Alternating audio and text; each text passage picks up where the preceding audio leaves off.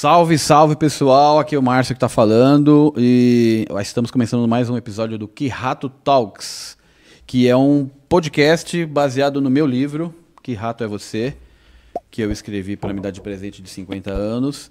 E é importante falar que esse é um projeto 100% financiado pela LIC, Lei de Incentivo à Cultura de Mogi das Cruzes, o que permite que empresas maravilhosas como essas possam apoiar esse tipo de projeto, que são elas o Centro Universitário Brás Cubas, o Centro Oncológico Mogi das Cruzes, a Cimivale, o Cemitério Parque das Oliveiras e a ACIBRAF. Bom, e agora depois de... não, ainda tem os apoiadores, né? Um abraço especial para o Pátio Shopping Urupema, Ponto 4 Turismo e o Ó Delícia, o melhor açaí de São Paulo, não, né? Mogi das Cruzes e região. Bom, hoje a gente tem uma convidada aqui que é ligada à área da educação. Muito bem-vinda, Débora Teixeira. Obrigada. Se apresentar aqui na nossa câmera 3. Bom, meu nome é Débora, vim aqui, convidada aí pelo Márcio para participar desse podcast. É a minha primeira vez, então estou um pouco nervosa. É quase a minha primeira vez também, então vocês não liguem. Estamos iniciando aí, tenho 25 anos na carreira da educação. Tem bastante caminho, eu estou querendo já me aposentar, já está dando a hora já. Já estou com 47 anos, então falta pouquinho para chegar nos 50. Legal, bacana. E me fala uma coisa, você leu o livro, né? Eu li o livro. Bom. É uma leitura boa, viu? Gostei, recomendo. Assim, é uma leitura leve, uma leitura bem tranquila, fácil. Facinho, porque às vezes você pega determinados livros, assim, e o que afasta o público da leitura? Às vezes, a forma como o autor, o escritor escreve. Um texto muito rebuscado e não sei o quê, que acaba assustando. E também o tamanho, né?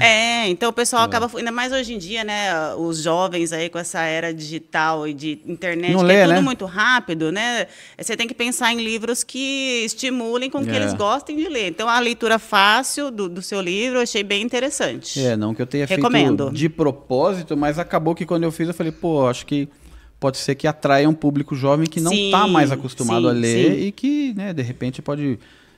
tomar gosto pela leitura. E incentivar, incentivar o caminho da leitura aí, que hoje em dia tá complicado. Eu vi umas pesquisas que, nossa, a diminuição de pessoas que leem livro ultimamente é absurda em relação a décadas atrás. A gente percebe isso na escola, Você que é professora deve manjar disso, a gente vê, os rendimentos dos alunos hoje em dia tá bem aquém do que a gente esperava, ainda mais depois da pandemia, E ainda tem as exigências de leitura. E tal, tem tudo, E aí, hoje em dia, a gente vê muito isso, que a internet, a tecnologia trouxe muitas coisas boas, pra gente, que não era dessa época, A gente não é dessa tecnologia, a gente foi aprendendo. Eles já nascem sabendo, mexer com isso. Trouxe muitas coisas boas, mas o que ficou de ruim é isso, esse imediatismo, É tudo muito rápido. E ler um livro demora, Na minha época, eu tinha que ir na biblioteca para fazer pesquisa, para fazer o trabalho. Tinha que catalogar lá o livro. Hoje em dia você joga o prompt lá no GPT e já te dá tudo, já te dá tudo pronto. Então isso é ruim, Tem esse lado ruim, mas hoje em dia acho que a gente tem que ir buscando estratégias assim para incentivar a garotada a ler, porque não deve ser fácil para professores, não, é uma tarefa difícil. Vamos falar disso aí. Ô, Débora, me fala uma coisa, então, já que você leu o livro, vou te fazer aquela pergunta básica do começo. Que rato é você? Eu acho que eu já sei pelas respostas aí do seu briefing, mas vamos lá. Você sabe que eu me identifiquei mais com o cinza? Olha aí. Porém, tenho muitas características do branco. Tenho. Isso não tem... Acho que na área profissional eu tenho mais características do branco. Sim. Mas na vida como um todo... De repente você é um branco que tem umas nuances aí. Ou um cinza meio esbranquiçado, alguma coisa assim. Mas eu acho que eu sou cinza. É mesmo? Bacana, O cinza tem um perfil... mais empreendedor, mais aventureiro e tal. Mas eu acho que assim, eu gosto muito, de assim, que nem às vezes eu sou muito assim, vamos fazer e pronto, depois a gente vê como sai, sabe? Um comportamento que é o comportamento mais do cinza, Meu marido já é mais conservador, Então, ele eu já acho que ele é mais o branco, assim. Mas eu acho que chega um momento da vida que você vai tendo um pouco dos dois. O livro fala disso, Que Sim. você tem... que não é porque você se identifica mais com um ou com outro que você não tenha, algumas características Eu acho que chega um momento, que a gente identifica quem é o nosso rato interior. Você já achou o seu? Sim. Olha, acho que ainda Tá, não, vai, viu? acho que- Acho que ainda não achei, não. Meu rato interior ainda não achei, não. É. Mas já consegui me enxergar um pouco no seu livro. Que bacana. E deixa eu te falar uma coisa. Quem é a Débora na fila do queijo? Olha, assim, já fui, acho que durante a nossa vida a gente tem várias Déboras, tem Aham. vários Márcios que a gente vai passando, né? Hoje eu acho que eu sou um rato assim mais tranquilo, É. né? Eu acho que assim, essa resposta está meio ligada até a propósito de vida, né? Acho que sim, mas pensando mais em mim mesmo, Exato. sabe? Na saúde, procurando me conhecer um pouco mais, Você tá nesse aprendendo. momento, você acha? Eu acho que eu tô nesse momento, nessa fase, sabe? Aprendendo a falar não para algumas coisas, sabe? Não fazer porque, de repente, só por fazer ou porque alguém quer que você faça determinada coisa. Então, hoje eu tô mais cuidando de mim. Acho que eu sou esse rato hoje, eu acho mas... que também a vantagem da gente ter um pouquinho mais de experiência é justamente não ficar se deixando levar, né? Ir pela onda, ir pela Sim, cabeça dos outros, né? E às vezes fazer algo só porque você tem receio de deixar a pessoa chateada, né? Às vezes fala, puxa, eu vou isso tem fazer muito. porque, né, fulano vai ficar chateado comigo.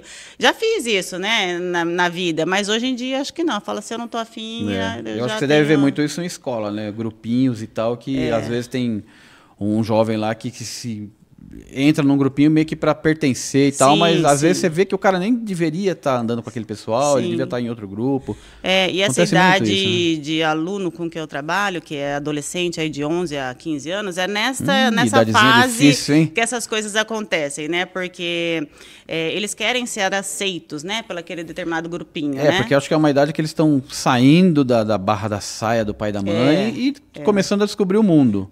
Só que aí, né? E aí, né, você quer ser aceito, você quer fazer parte, né? Você quer estar lá junto.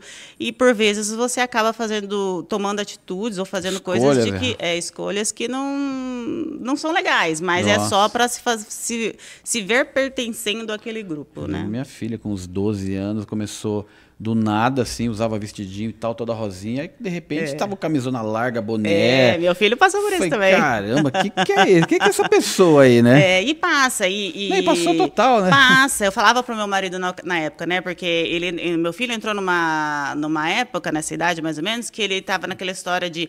Parecia meio gótico, assim, sabe? Todos, Eu passava um lápis né? preto, assim, sabe? Andava com o cabelo escorrido. Aí meu marido falava, vai com o olho pintado na escola, que não sei o que. Eu falo, deixa, é fase. Uma hora vai passar. E passou. Hoje tem 20 anos, é outra cabeça, filha, com né? 12, 13, ela olhava vestido e falava, Deus me livre pros vestidos. E era, um ano antes era toda princesinha, não sei o quê. Mas é uma fase necessária também, né? Para passar por isso. A gente passou por isso também, lógico. né? E eu acho que é necessário para amadurecimento mesmo, né? Então deixa, porque na hora, se você fala, né? Não, se você bate, se você aí briga... é pior, né? É pior, né? Então aí que ele vai fazer mesmo para afrontar, porque o adolescente, ele acha que ele é adulto, né? Ele acha que já é adulto. Ele sabe tudo. Que sabe tudo, que não precisa de pai e mãe, né? A gente que a gente chamava é minha filha de Google. Falava, Google chegou, porque tudo ela sabe, né? Impressionante. E aí, mas acho que é uma fase importante para eles passarem, até de amadurecimento, né? Para depois entender que não é assim. Dá para ser menos rígido, dá para ser menos grosseiro, porque adolescente às vezes é grosseiro, né? E às vezes eu falo com os alunos lá também, você vai chamar a atenção deles, e aí você vai falando de boa, né? E de repente eles vêm, a estoura, fala, olha, eu tô falando com você tranquilo, Nossa, de acho que boa, deve ser tão né? complicado ser professor, né? Viver nesse meio, porque você vê gente de tantas as maneiras, e ainda mais nessa fase aí das pessoas se descobrindo, cada um indo para um lado.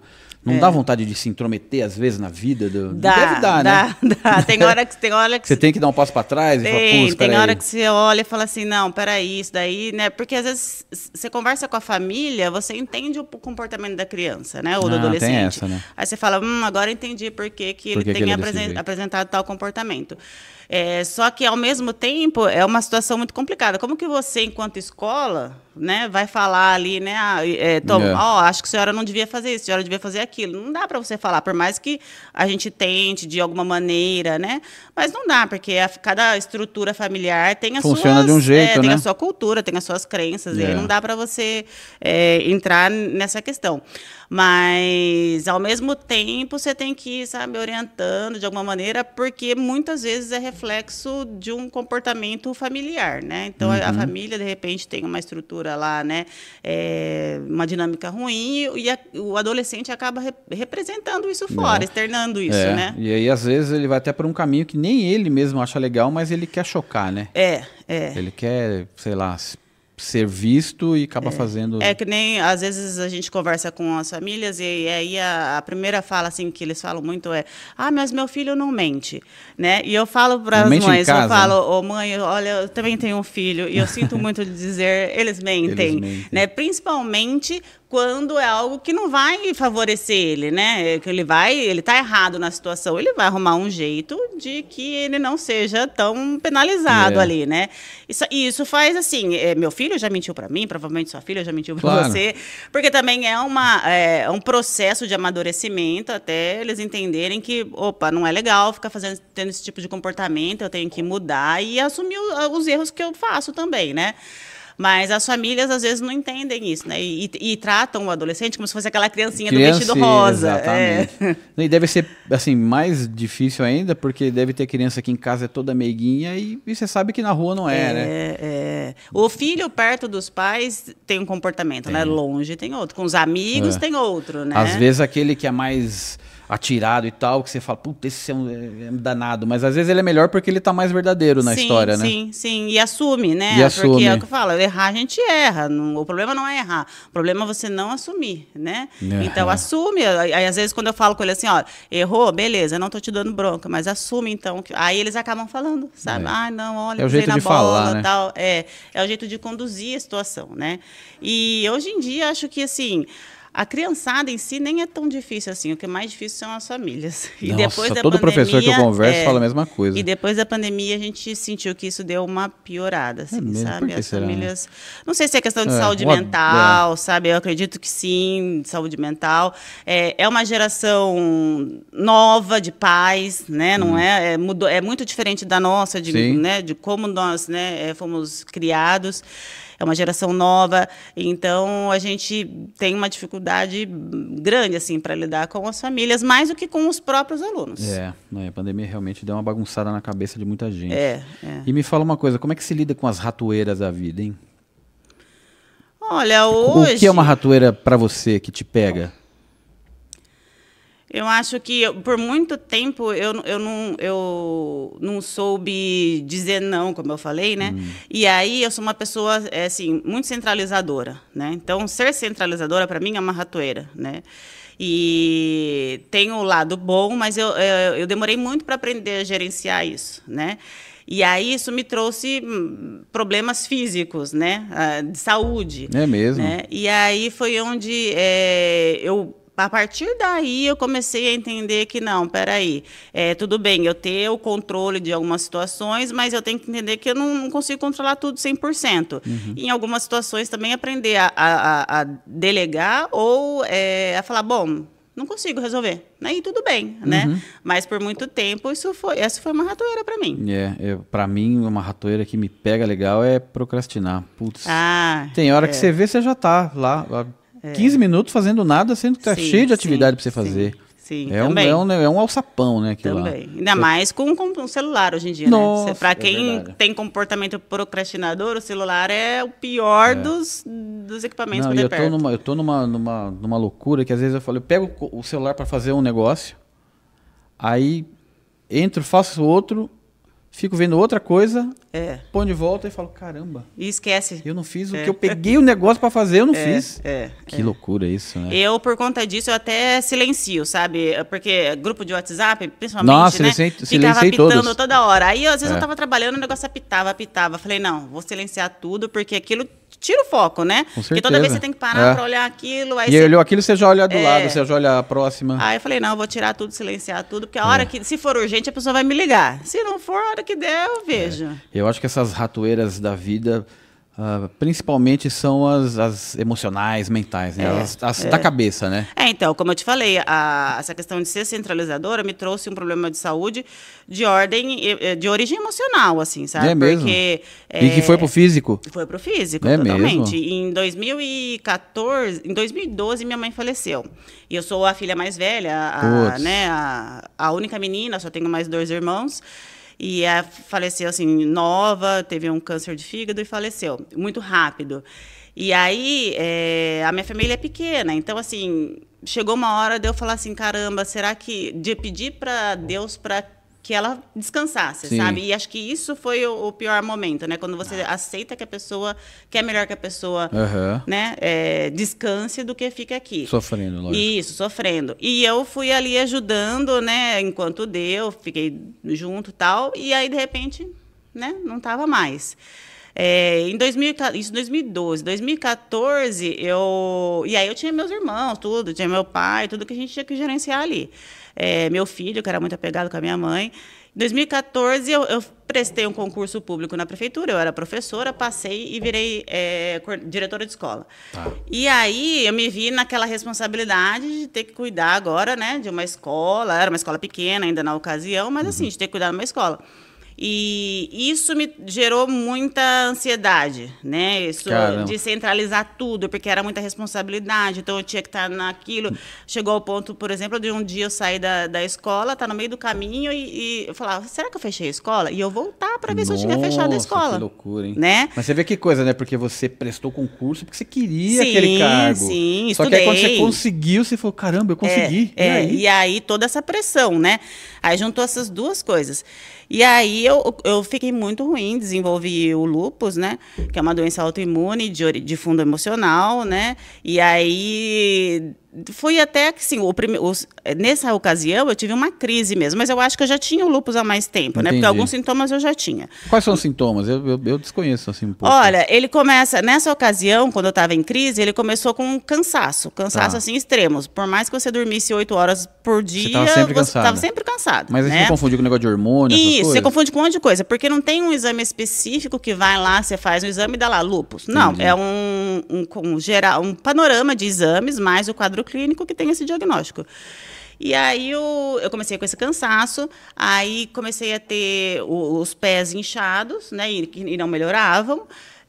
Comecei a ter uma vermelhidão em algumas partes do corpo e a rigidez muscular. Né, muscular nas articulações. O negócio é progredindo. Chegou a um ponto de que se eu sentasse aqui nessa cadeira, eu não conseguia levantar, porque eu tinha essa rigidez na articulação do corpo, né? Então, assim, não conseguia levantar, não conseguia subir uma escada, não conseguia dobrar o braço, não conseguia dirigir. Caramba, né? Foi pegando.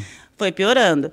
E aí ia no médico, ninguém sabia, ia um em outro, e toma isso, que é tal coisa, e nada resolvia, né? Até que eu encontrei um médico que falou, olha, eu acho que é alguma doença autoimune e tal, dá uma procuradinha, e fazendo os exames acabou, né, junto com o quadro clínico, chegando a esse diagnóstico.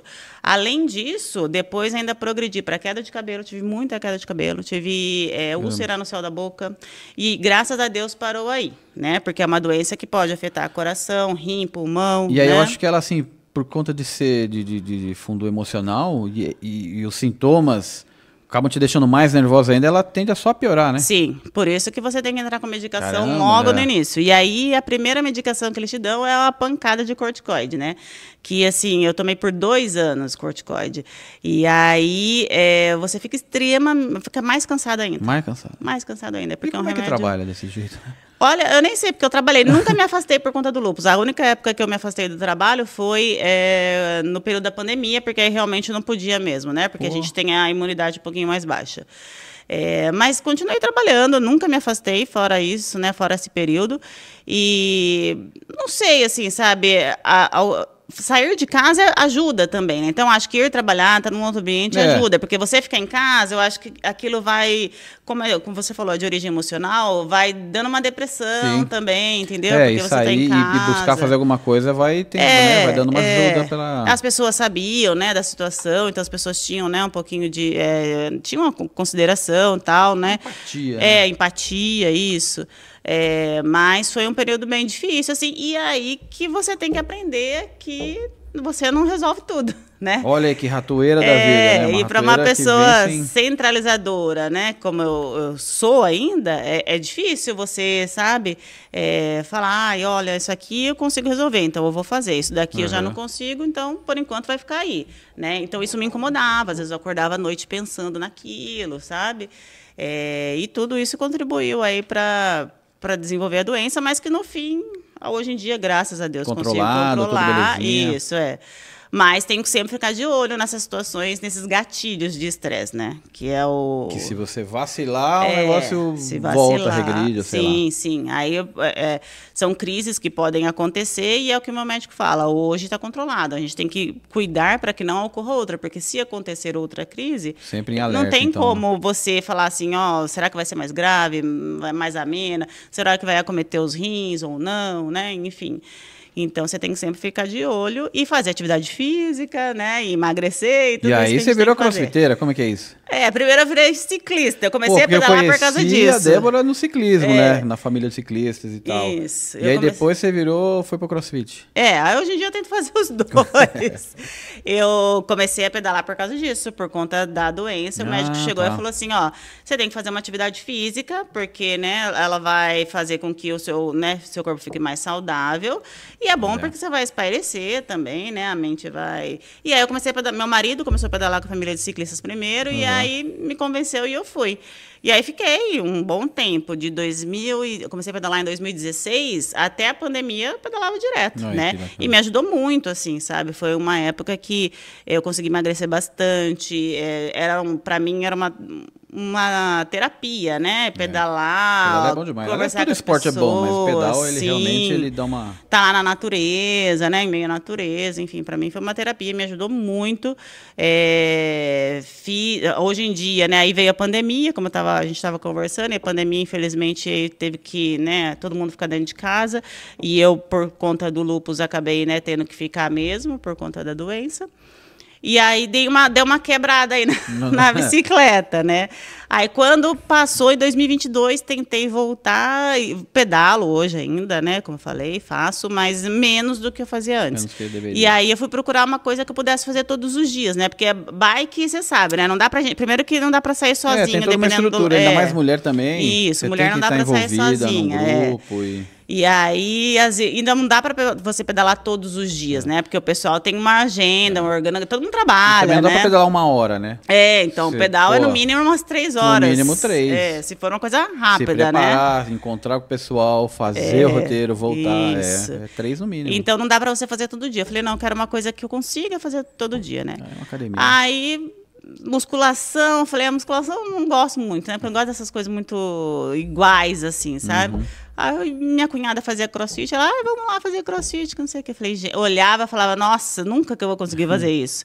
Aí eu falei, não, vou. E aí fiquei. O negócio é começar, né? Tô lá, já vai fazer uns 4 anos já. Pô, que bacana. Deixa eu te falar, você sabe que no livro a gente tem um capítulo lá que fala da importância do super mouse. O que é pra você a importância de ter um super mouse na vida de uma pessoa? Na verdade, aquela referência, né? Como é que é isso? Eu vi, quando eu li esse capítulo, eu ainda fiquei pensando, falei, nossa, quem será que é meu super mouse, né? Eu não consegui chegar num nome, assim, A nossa primeira convidada, inclusive, falou que ela tinha um super mouse dela, um dos, era um professor. Que né? Então, legal, sim, podem ser pessoas comuns, né? Exatamente. Aí eu fiquei pensando, falei, eu admiro várias pessoas, talvez essas pessoas sejam, né, os super mouses aí, né? Mas não tem uma pessoa em específico. É porque a gente se inspira em várias pessoas, em várias figuras, né? Eu acho que é isso. Eu acho que é importante você ter, né, essa figura inspiradora para que você saiba assim, olha, eu quero chegar ali um dia, quero fazer isso um dia, né? Como, por exemplo, o CrossFit. Eu chegava lá, olhava, falava, nossa... e as pessoas veem isso em mim e eu não vejo, né? Olha, você deve ser, você é diretora de escola, professora, você deve ser super mouse de alguém. Provavelmente, né? O pessoal fala. E aí eu via que nem pedalar também, eu via o pessoal pedalando lá 50 quilômetros, 70 quilômetros, eu falava, nossa, olha... Eu achava um máximo. E depois você vê que você progressivamente você vai fazer isso, né? Eu acho que o importante é por isso, pra gente ver que você também é capaz de fazer algumas coisas que até então a gente olha e fala, caramba, eu nunca vou fazer isso. E não, a gente tem capacidade. A gente tem que dar o primeiro passo, né? É que você, às vezes, a gente tem essa mania de se pôr um pouco pra baixo, assim, né? Falar, isso eu nunca vou conseguir. Eu acho que o como eu vou segredo é fazer. não ver essas referências como ídolos, e sim como meta, né? Sim, sim, Fala, sim. porra, eu quero ser igual a esse cara. Sim, E sim. ali e buscar, né? Sim, Por mais difícil que e seja. em que situação for, em que área for, eu acho que é o que. Porque sem metas também, qualquer coisa serve, né? Então, Se você não qualquer tem coisa uma serve. meta, a É, minha meta é chegar daqui até ali.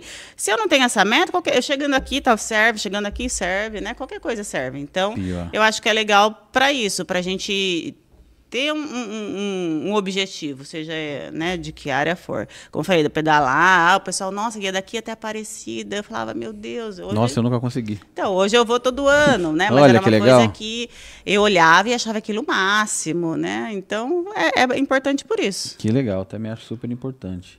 E me fala uma coisa, você que é envolvida com a juventude, e os ratos do futuro? Quem são esses caras?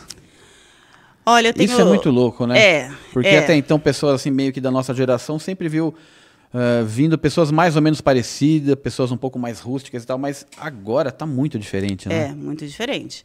Eu tenho uma dificuldade. Eu acho que vem aí uma geração melhor, tá? Eu acho que a gente tem hoje, atualmente, uma geração meio perdida, né?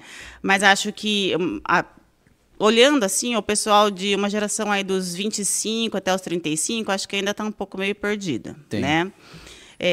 A geração mais nova, de 20 a 25, aí eu já acho que é uma geração que vai ser, que é mais centrada, né?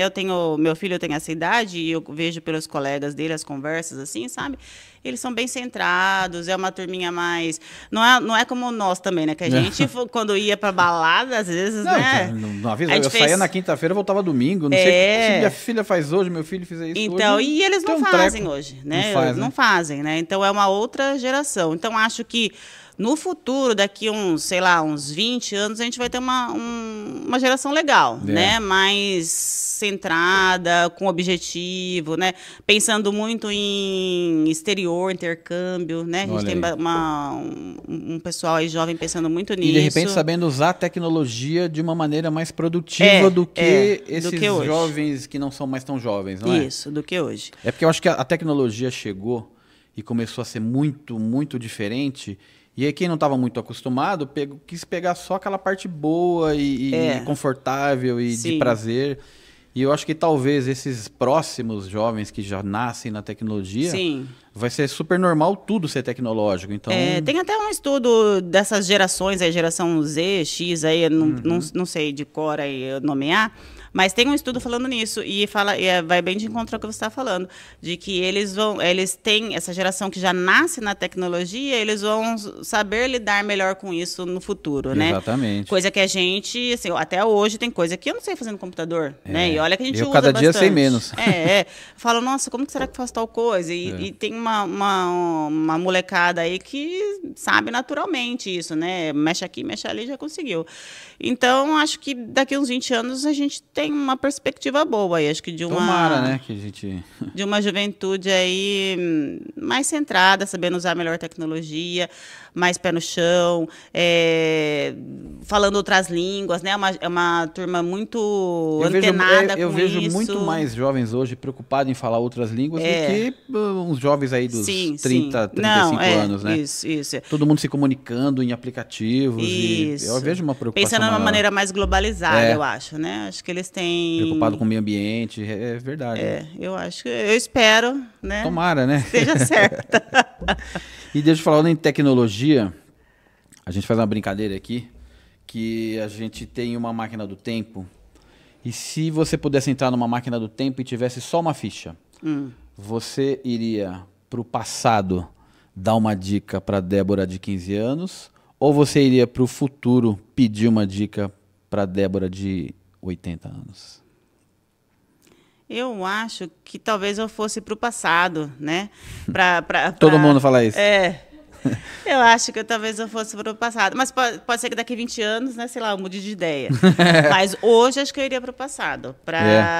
Por quê? Você acha que a Débora, você podia contribuir muito para a Débora? Eu acho que isso, para falar, olha, leve as coisas a menos ferro e fogo, entendeu? Não seja tão, né, 880, pensa em você, né, se cuida, talvez eu tivesse começado a fazer atividade física antes. Eu até fazia, né? Porque na nossa época a gente ainda tinha aula de educação física, tinha, educação física era levado mesmo. A sério Isso, que você tinha que fazer lá, tinha os fundamentos, tinha que fazer tudo.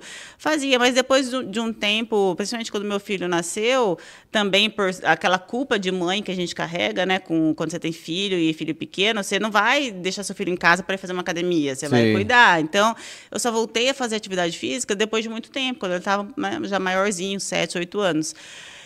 Então, talvez eu voltasse para falar isso, ó, se cuida mais, dá uma atenção para você. Mas deixa eu te falar, a Débora de hoje em dia tem uma cabeça muito melhor do que a de 15. Sim, sim. E você chegou até aqui e você passou por isso. Sim. Já pensou se a Débora de hoje fosse lá, como que não vai estar de 80? Quanta sabedoria, quanta dica boa ela não poderia te... Tem isso também, né? Pra você, porque até aqui você já passou. Sim. Mas imagina passar daqui para lá com as dicas. Eu acho tem isso também, de repente... Né, a Débora de 80 vai estar com mais sabedoria, com mais maturidade, né, do que até hoje a gente, por mais que a gente tenha amadurecido, né, e aprendido com alguns erros e com algumas coisas, a gente ainda erra, né? Sim, a gente ainda erra. E é normal, né? Então, talvez fosse... faço essa pegadinha com todo mundo. E todo mundo muda de ideia depois. Pode ser. Legal. Deixa eu te falar. A gente está meio que chegando no final e a gente tem todo convidado que vem aqui no podcast, ele tem que contribuir com uma música para nossa playlist. Tá. Qual seria a música que deu uma mudada na vida da Débora, ou que você escuta e você até hoje você lembra? Alguma coisa que te marcou? Música? Não precisa ser nada triste, não. Pode ser. Não, também não gosto, não. Não gosto de música triste, não gosto.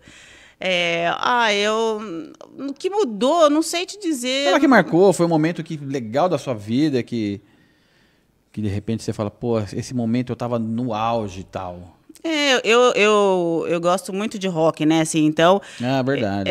Eu acho que, sei lá, Ozzy me deixa pra cima, Guns N' Roses me deixa pra cima também. Acho que são momentos, são músicas que, né, te fazem, por mais que o Ozzy seja meio controverso, tem gente que não gosta, mas ele era o máximo, né? O cara era um artista, então...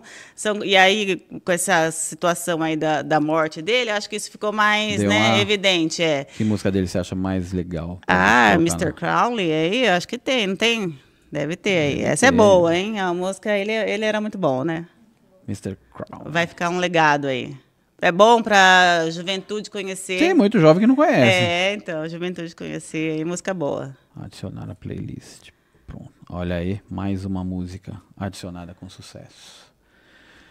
Bom, Débora, é isso. A gente chegou mais ou menos no final. Queria agradecer a sua presença. Imagina. Agradecer os nossos patrocinadores, que é o Centro Universitário Brás Cubas, o Centro Oncológico Mogi das Cruzes, a Cime Valley, o Cemitério Parque das Oliveiras e a Cibraf.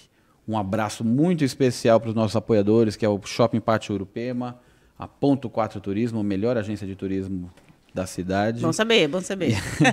E é o Açaí Ó Delícia. E você quer deixar um recado final aí pro seu pessoal, para suas redes sociais? Como é que faz para te achar? Na verdade, Facebook quase nem uso mais, porque hoje em dia acho que... Coisa do passado, coisa de velho, né? Nossa, como você é velha.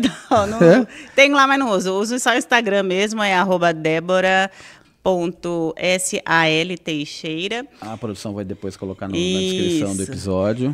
E assim, gente, acho que o recado que a gente tem é isso. Independente de que rato aí você seja, é importante você se conhecer, né? É isso aí. Você saber o que, né, até onde o que você faz te faz feliz, que acho que é importante. Eu coloquei no livro 2 tipos de rato, mas não era para um concorrer com o outro nem nada. É mais para você se descobrir. Sim. Porque só quando você se conhece, você consegue ir mais para frente. Progredir, ter maturidade. Você sabe qual é o seu ponto forte, seu ponto fraco, né? E aprende a lidar com isso, né?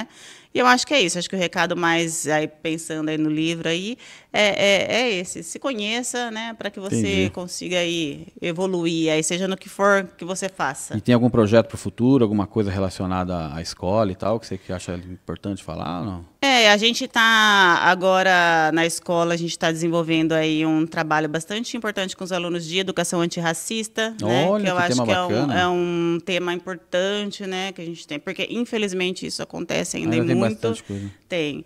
E no final do ano aí a gente vai fazer uma apresentação desse projeto ali no auditório do Senforp, Que legal. no dia 2 de dezembro, Bacana. né? Então aí tá todo mundo convidado, quiser E participar. você é de escola municipal? Escola municipal daqui de Mogi das Cruzes, a única escola aí de 6º a 9º ano da prefeitura. Maravilha. Legal. Gostou de ter participado? Gostei. Obrigado pelo Eu também convite. gostei. Gente, obrigado. Boa noite, bom dia, boa tarde. Fui.